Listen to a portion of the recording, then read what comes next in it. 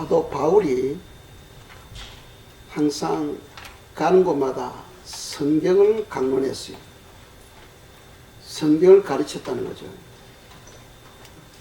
그리고 베레아 사람들은 바울의 설교를 듣고 집에 가서는 성경이 그러한가 하고 성경을 보았다는 겁니다. 그러니까 우리 신앙에 있어서 가장 핵심적인 기준은 성경 말씀이 되어야 된다는 거예요. 사람의 입이 아니고 환경이 아니고 하나님의 말씀이 기준이 되어야 된다는 겁니다. 그래서 하나님께서 우리에게 크게 세 가지 선물을 주셨잖아요. 첫째로는 예수 그리스도를 우리에게 선물로 주셨습니다. 그래서 그것을 기념하기 위해서 우리가 크리스마스 때 되면 선물을 교환하죠. 또 두 번째로는 우리에게 성경을 선물로 주셨습니다. 만약 성경이 없다면 하나님을 어떻게 믿겠습니까? 어떻게 생각하겠습니까? 뭐 뱀이라든지 또는 소라든지 독수리라든지 이렇게 생각하겠죠. 그런데 성경은 하나님은 우리와 모양이 같고 우리와 같은 성품을 가지고 계신다 하고 말씀하고 있습니다. 그래서 성경을 통하여 하나님이 어떻게 생겼는가를 우리가 알 수 있지요. 또 우리에게 세 번째로 성령을 선물로 주셨습니다. 성령이 없이는 이 하나님의 말씀을 바르게 깨달을 수가 없는 거죠. 그래서 세 가지 선물, 첫째는 예수 그리스도를 우리에게 주셨고, 두 번째로는 성경을 선물로 주셨고, 세 번째로는 성령을 선물로 주셨다는 거죠. 그래서 성도는 항상 그 세 가지를 생각하며 살아갈 때 실패하지 않습니다. 오늘은 대속죄제를 준비하라 하는 말씀으로 우리가 묵상하겠어요. 대속죄제를 성경은 어떻게 가르치고 있는가 하는 것을 성경을 통하여 우리가 바른 교훈을 받으면 좋겠습니다. 지난 주일의 말씀을 저희들이 복습하면은 왜 절기를 지켜야 되는가 하는 것에 대해서 네 가지로 요약해서 우리가 묵상했지요. 첫 번째는 하나님의 절기이기 때문에 지켜야 된다. 또 두 번째로는 주님이 오실 때를 준비할 수 있다는 거예요. 절기를 지킴으로 주님이 오실 때를 준비할 수 있다. 세 번째는 깨어서 회개기도 할 수 있다. 네 번째로는 자녀들에게 또 성도들을 교육할 수 있다는 겁니다. 만일 절기를 지키지 아니한다면 그 절기에 대해서 자녀들이나 성도들이 전혀 그것을 모르겠지요. 그런데 지킴으로 인해서 우리가 그것을 교육할 수 있고 또 하나님의 시간, 카이로스, 하나님의 시간, 그것을 우리가 알고 그 절기 속에 인간 구원 계획을 그 속에 감춰 놓은 거예요. 이 절기가 얼마나 중요하냐면은 이 절기 속에 인간 구원 계획을 감춰 놓은 거예요. 그래서 봄 절기는 주님의 초림을 예언하고 있고, 가을 절기는 주님의 재림을 예언하고 있다는 거죠. 그래서 봄 절기는 이미 2000년 전에 다 지나갔습니다. 이제 우리가 기다리는 것은 가을 절기입니다. 이 가을 절기가 언제 이루어질지 몰라요. 그런데 이스라엘은 지난 화요일부터 새해절, 새해입니다. 바로 나팔절이 새해입니다. 우리는 9월 26일이었지만은 이스라엘은 이제 1월 1일이 되는 거예요. 바로 새해가 됩니다. 그리고 10일, 이번 주 수요일 되면은 대속죄일이 됩니다. 그러니까 이 해는 하나님의 은혜예요. 이 하나님의 은혜의 해 기간 동안에 이 은혜가 7년마다 반복되어집니다. 그러니까 이 금년은 성도들에게 엄청나게 중요한 해라는 거예요. 이 은혜의 해에 교회 회복이 일어나고 놀라운 하나님의 그 역사가 일어나고 그것을 우리가 보게 된다는 거죠. 만일 금년에 이 은혜가 그냥 지나가게 되면은 또 7년을 기다려야 돼. 그래서 이 금년은 아주 중요하다 생각하시면서 우리가 이 절기를 통하여 하나님의 뜻을 발견하면 좋겠습니다. 또 추수라는 이야기를 듣잖아요. 추수 이삭 죽기 하고 이거는 영혼 구원하고 관계되죠. 그래서 봄절기에 초실절이 있습니다. 초실절은 바로 보리 추수 절기가 되는 겁니다. 그리고 오순절은 밀 추수 절기가 되는 거예요. 그리고 가을에 있는 초막절은 포도 추수 절기가 되는 겁니다. 그래서 우리가 이 절기를 통하여 하나님의 시간 또 하나님의 뜻을 발견할 수 있는 아주 중요한 교훈이 된다는 거죠. 저희들이 읽었던 본문 말씀 레위기 23장 여기에는 절기에 관해서 교훈하고 있어요. 그래서 먼저 저희들이 절기에 대해서 배우려면은 레위기 23장 1절부터 여러분들이 읽어 주셔야 됩니다. 시간상 우리가 26절부터 부분적으로 읽었습니다만은 레위기 23장 1절에서 3절까지 읽겠습니다. 여호와께서 모세에게 말씀하여 이르시되 이스라엘 자손에게 말하여 이르라. 이것이 나의 절기들이니 너희가 성회로 공포할 여호와의 절기들이니라. 엿새 동안 일할 것이요 일곱째 날은 안식일이니 성회의 날이라. 너희는 아무 일도 하지 말라. 이는 너희가 거주하는 각처에서 지킬 여호와의 안식일이니라. 아멘. 그 2절에 보시면은 여호와께서 모세에게 말씀하셨는데 2절에 보시면은 이 절기는 누구의 절기라고 말씀하고 있어요? 나의 절기들이다. 나의 절기들이다.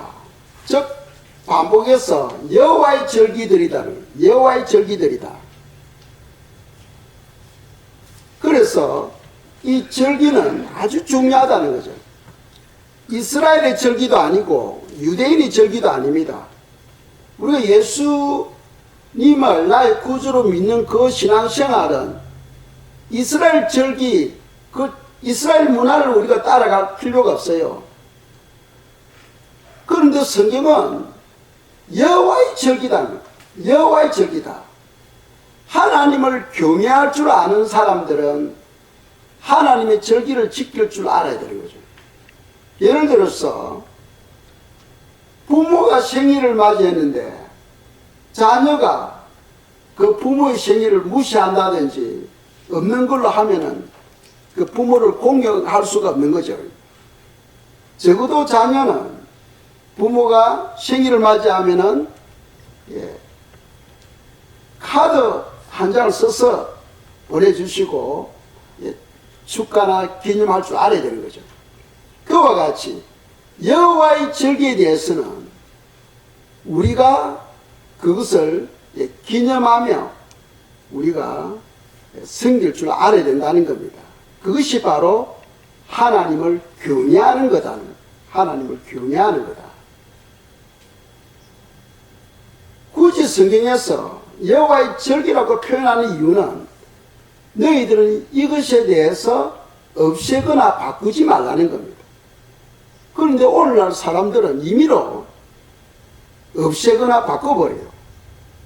그래서는 안 된다는 거죠. 3절을 보시면 엿새 동안 일할 것이요 일곱째 날은 쉴 안식일이니 성회의 날이라 하고 말씀하고 있습니다. 무슨 말이냐 하면은 여기 안식일이 나오잖아요. 사실은 절기 속에 안식일을 포함시키면은 8개가 됩니다. 8개 절기가 돼요. 그런데 안식일은 매 주일마다 계속 돌아오기 때문에 절기에서 제외시키고 보통 우리가 7절기 하고 이야기합니다. 그런데 안식일을 포함시키면은 8개 절기가 되는 거예요. 그런데 우리가 안식일에 대해서 우리가 바른 교훈을 알아야 된다 하는 겁니다. 안식일. 이 안식일은 유대인의 안식일이죠. 안식일에는 지금 우리가 두 가지로 생각할 수 있어요. 하나는 토요일 안식이 있고 주일 안식이 있어요. 우리는 주일 안식을 지내고 있습니다.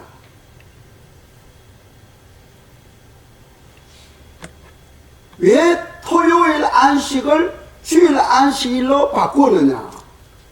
그것은 여러 조건들이 있습니다만 크게 두 가지로 생각한다면 첫째로는 주일날 주님께서 부활하셨기 때문에 부활은 구원을 완성한 날이거든. 그러니까 우리 기독교 성도들에게는 예수 그리스도의 부활이 엄청나게 중요한 거예요. 왜? 구원을 완성한 날이니까. 그래서 토요일 안식을 주일 안식일로 우리가 바꿔놓은 거예요. 또 두 번째로는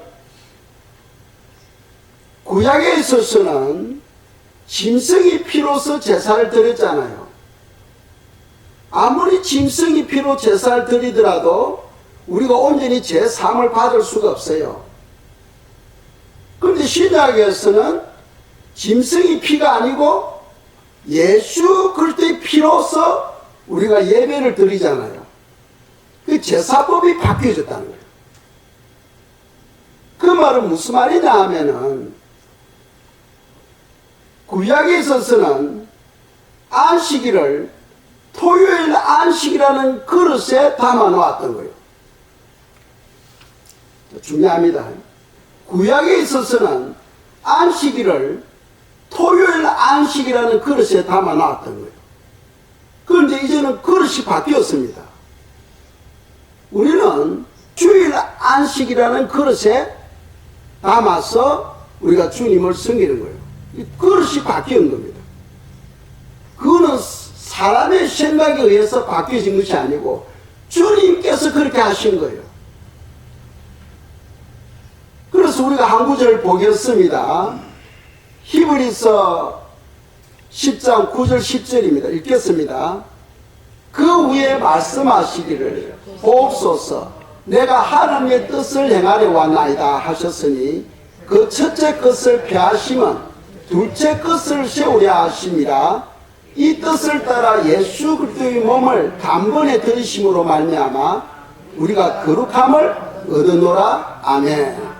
자, 9절에 보면은 주님께서 하나님의 뜻을 이루기 위해서 이 땅에 오셨어요. 그 뜻을 이루는데 무슨 뜻입니까? 첫째 것을 폐했다는 거예요. 첫째 것을 폐하시고 둘째 것을 세우기 위해서 이 땅에 오셨다는 거예요. 첫 언약은 짐승의 피로서 제사를 드렸지만은 제 삶을 온전히 받을 수가 없었어요. 아무리 짐승을 잡아서 제사를 드리지만은 여전히 사람 속에는 죄가 있다는 거예요.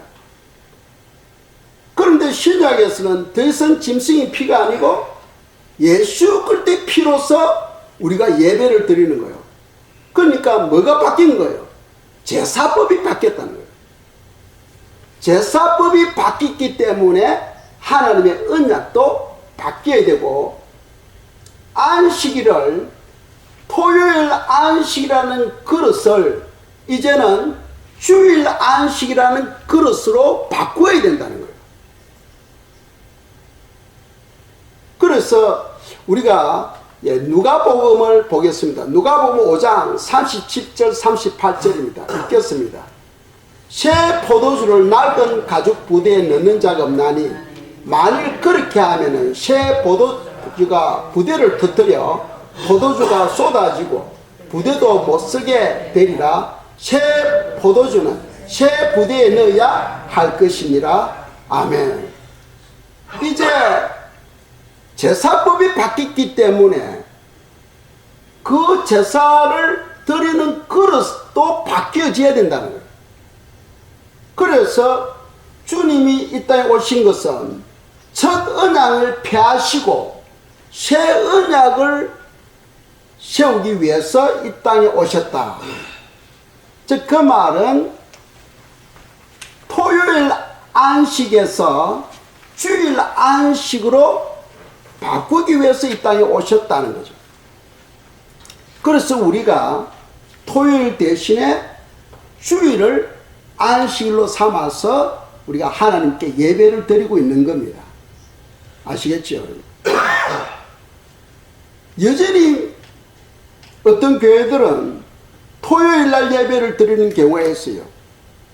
토요일을 안식일로 삼아서 예배를 드리는 경우는 뭐가 문제냐 하면은 여전히 짐승의 피를 의존해서 예배를 드리고 있다는 거죠. 심각한 겁니다. 우리는 예수 그리스도의 피를 의지해서 예배를 드려야 된다는 거예요. 그래서 기독교인은 주일 안식을 지키며 예배를 드려야 된다 하는 겁니다. 자, 히브리서 10장 9절 10절 조금 전에 저희들이 읽었지요. 그런데 10절에 보시면은 이 뜻을 따라 예수 그리스도의 몸을 단번에 들이심으로 말미암아 우리가 거룩함을 얻어노라 하고 말씀하고 있죠. 그 짐승의 피로 토요일 안식을 통해서 예배를 드릴 때는 그 짐승의 피로 예배를 드리기 때문에 제3을 온전히 받을 수가 없는 거죠.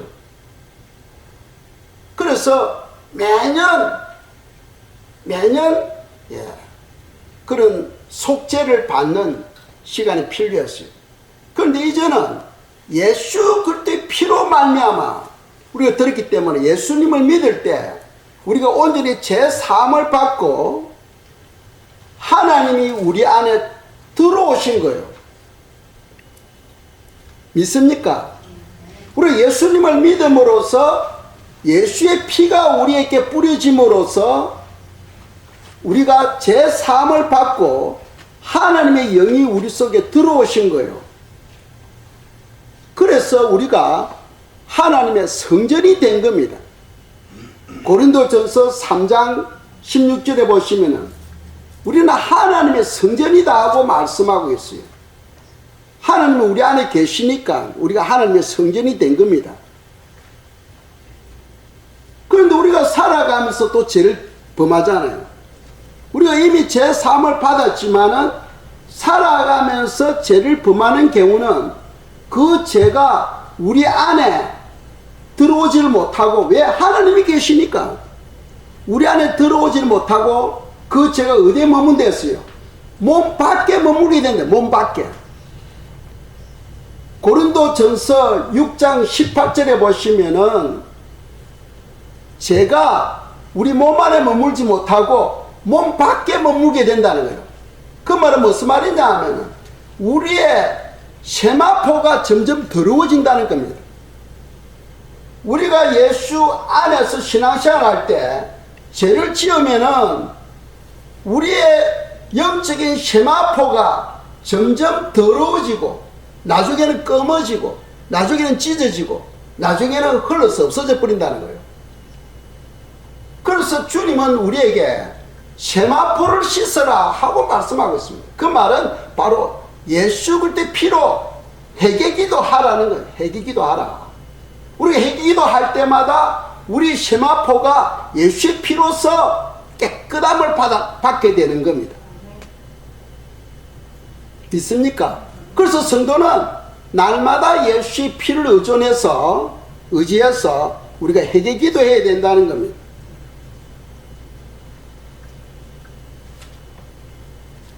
예.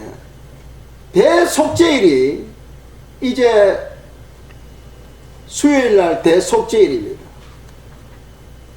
그리고 우리는 화요일날 대속죄일은 그 전날 화요일날 저녁부터 시작해서 수요일날 저녁까지거든요. 그래서 이번 주 화요일 저녁에 우리가 대속죄일 예배를 드리게 됩니다. 그런데 문제는 뭐냐면 우리가 예수를 믿고 죄사함을 받았지만 우리가 살아가면서 여전히 죄를 범하잖아요. 그래서 주님께서는 우리 죄를 위해서 한 날을 예배해 놓으셨다는 거예요. 인간을 위해서 한 날을 예배해 놓으셨다. 그래서 스가랴 3장 9절 읽겠습니다. 만군의 여호와가 말하노라. 내가 내 여호수아 앞에 세운 돌을 보라. 한 돌 위에 7 눈이 있느니라. 내가 거기에 새길 것을 새기며 이 땅의 죄악을 하루에 제거하리라. 아멘.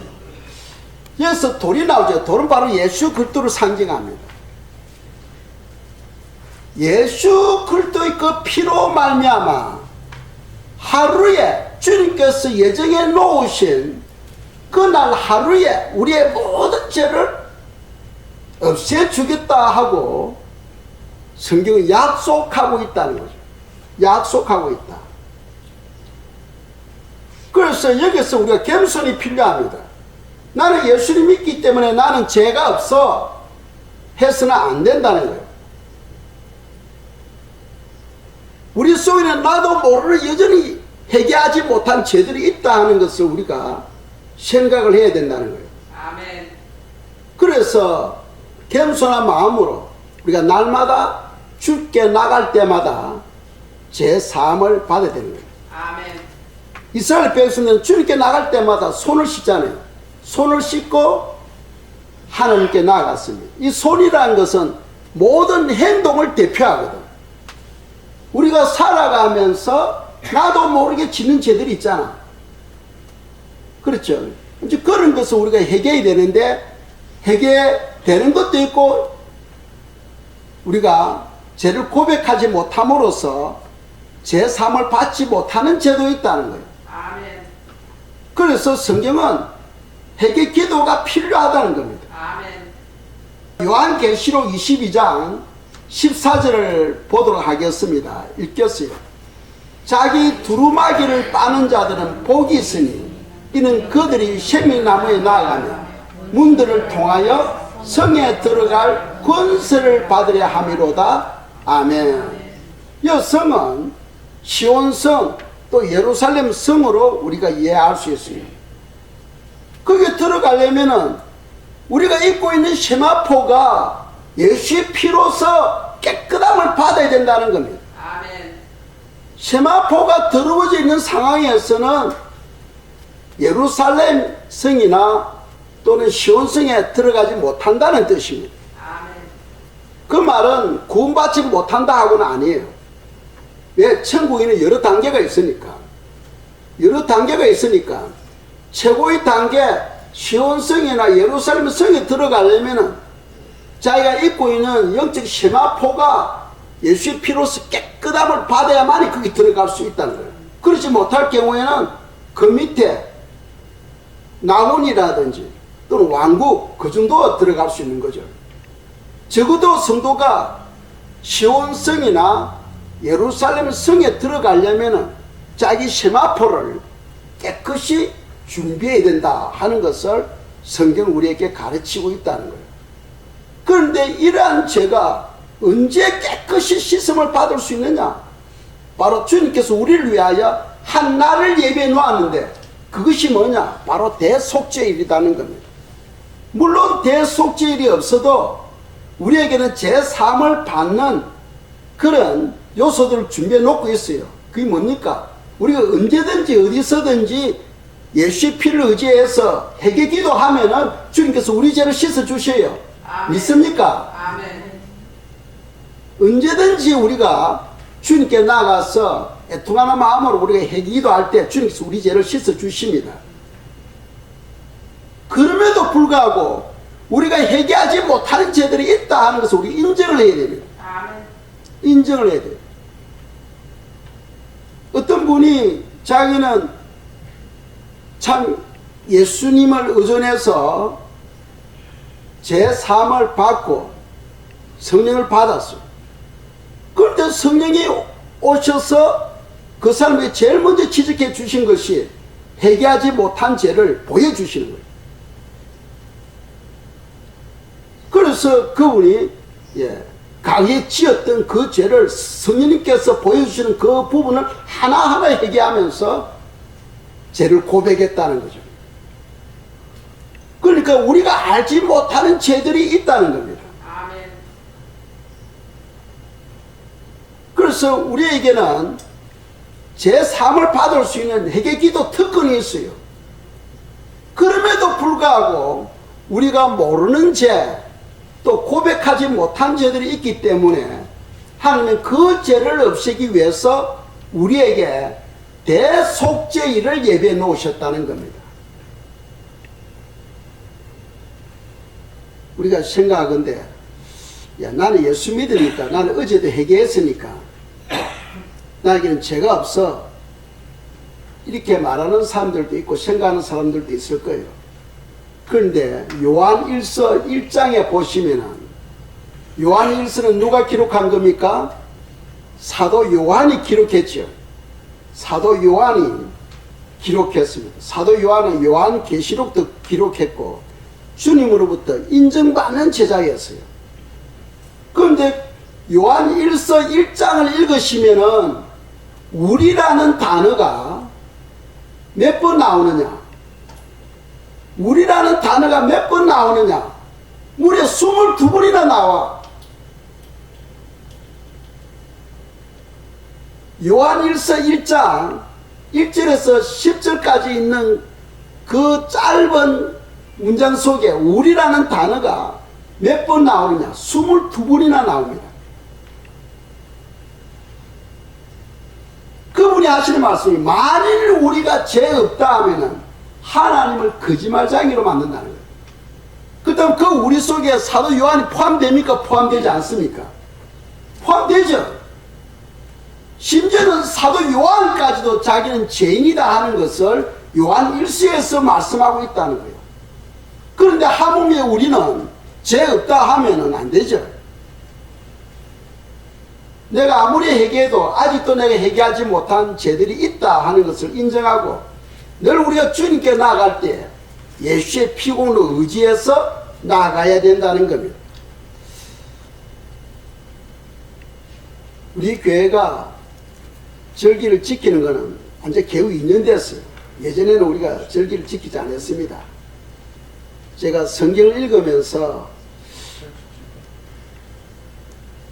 레위기 23장 2절에 보시면 이 절기는 여호와의 절기다 하는 그런 말씀을 읽으면서, 그렇다면 우리가 당연히 지켜야 되지 않느냐, 이런 이제 생각이 들면서 내 안에 갈등이 생기는 거예요.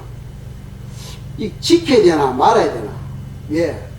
주위를 돌아보면은 지키는 데가 별로 없어요.